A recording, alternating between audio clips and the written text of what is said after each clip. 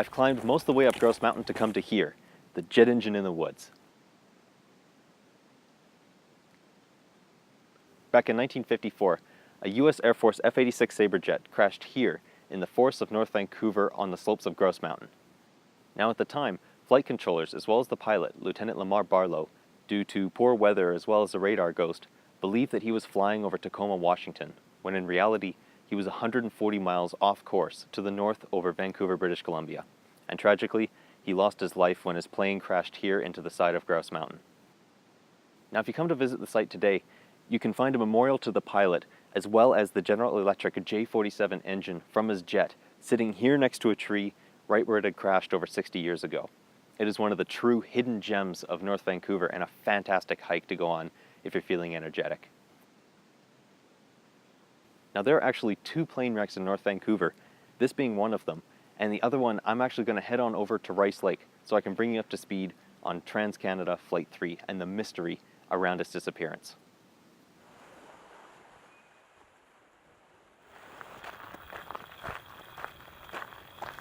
I've moved over to Rice Lake now, where I'm standing next to the information and memorial stones for Trans-Canada Flight 3, the plane that went missing somewhere over the North Shore Mountains on April 28th of 1947.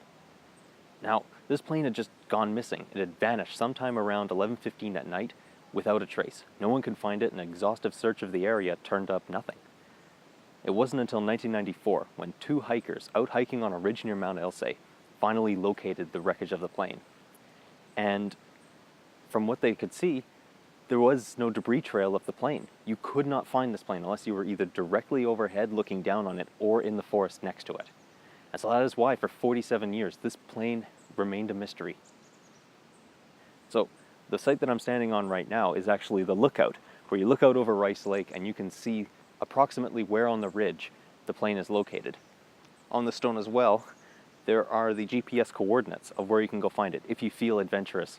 Although it is a bit more difficult to find than the F-86 Sabre jet because it requires some backcountry hiking in Mount Seymour Provincial Park, but it would make a fantastic adventure and something that I hope to go on one day myself.